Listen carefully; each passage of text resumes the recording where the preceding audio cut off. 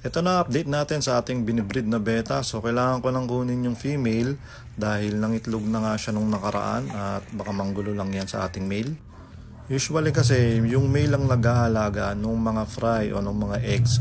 So makikita nyo ngayon no, na binabantayan niya yung kanyang bubble nest at nandyan yung mga natin, yung mga nag-hatch natin na mga fry. So yun, tama yung narinig nyo guys, nag-hatch na nga yung mga eggs nitong ating binibreed na beta. So yung mga natatanggal sa bubble nest, kinukuha niya at binabalik niya sa bubble nest dahil hindi pa marunong lumangoy yung mga beta na yan at maaaring malunod sila pag wala sila sa bubble nest. So kailangan talaga may maiiwan dyan na parent na usually yung mga males ang naiiwan para mag-alaga do sa kanilang mga fry.